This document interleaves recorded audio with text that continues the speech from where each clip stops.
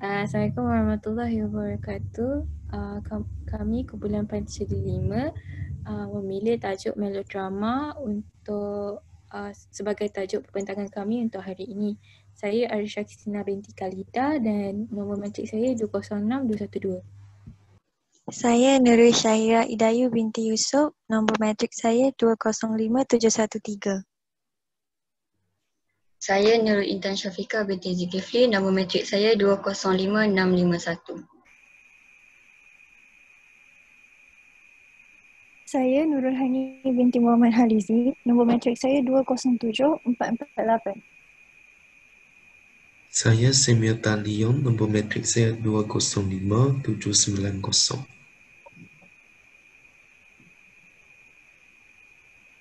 Asal usul melodrama. Perkataan melodrama berasal daripada perkataan Perancis yang muncul pada abad ke-19, iaitu melodrama. Perkataan melo merupakan perkataan Greek yang bermaksud lagu, manakala perkataan drama merupakan perkataan Perancis yang bermaksud drama. Melodrama mula dipersembahkan sekitar abad ke-18 di Perancis dan berfokus kepada etika dan moral berkaitan dengan kekeluargaan, cinta dan perkahwinan. Melodrama dikatakan sebagai refleksi isu revolusi Perancis dan revolusi perindustrian. Melodrama juga menekankan teknik menggabungkan teks verbal dengan muzik.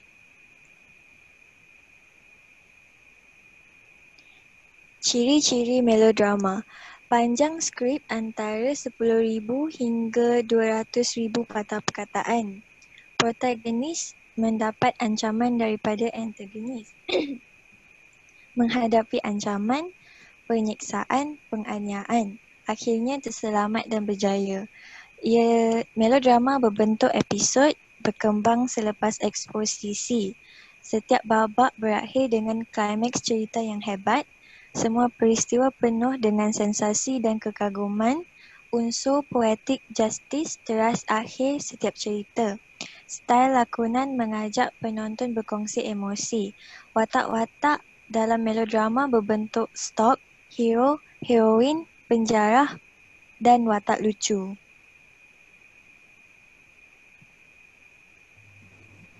Ini adalah evolusi melodrama. Ia bermula pada awal abad ke-18 bertemakan romantik, eksotik dan gaib. Sekitar tahun 1820, melodrama cenderung kepada penetapan dan perwatakan dalam kehidupan biasa, dan pada sekitar tahun 1830, melodrama menekankan unsur gentleman.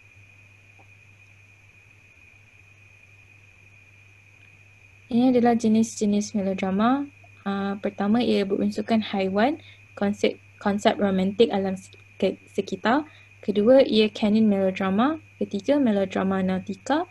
Keempat adalah musibah.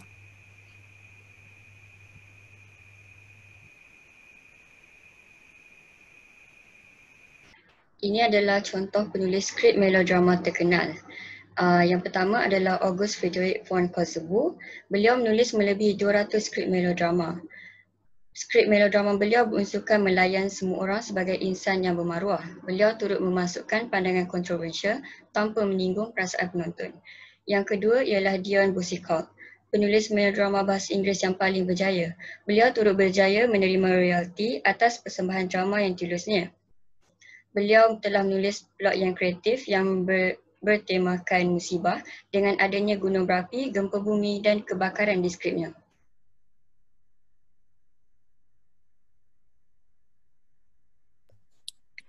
Datuk Dr. Muhammad Yusof bin Muhammad Haslam merupakan pengarah melodrama di Malaysia. Datuk Yusof Haslam merupakan seorang pengarah filem melodramatik Malaysia yang berunsur cinta, kekeluargaan dan jurang status masyarakat. Antara karyanya ialah Sembilu dan Air Mata Maria. Pada September 2017, beliau dianugerahkan anugerah karyawan sepanjang zaman di Festival Filem Malaysia ke-29 atas sumbangannya. Beliau masih aktif mengarah dalam bidang drama.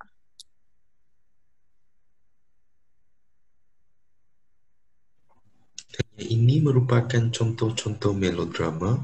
Pertama sekali, Pygmalion. Melodrama Ini merupakan melodrama penuh pertama yang skripnya ditulis oleh ahli falsafah Jean-Jacques Rousseau. Drama tersebut menceritakan seorang pengukir patung Pygmalion telah jatuh cinta kepada salah satu hasil ukirannya dan akhirnya patung tersebut pun berubah menjadi seorang gadis yang benar. Yang kedua, The Perils of Pauline. Melodrama tersebut merupakan persembahan teater secara mingguan. Ceritanya berkaitan dengan kematian penjaga Pauline, iaitu Marvin yang kaya, dan Pauline menjadi jagaan pembantu Marvin, iaitu Inject Corner. Inject Corner memaksa Pauline untuk berkahwin dengan seorang lelaki apabila Pauline menjadi seorang gadis remaja untuk memastikan dia boleh mengawal harta Marvin dengan sepenuhnya. Apabila Pauline enggan berbuat demikian kerana bercita-cita untuk mengembara, Inject Corner telah melaksanakan banyak langkah untuk menghilangkan Pauline.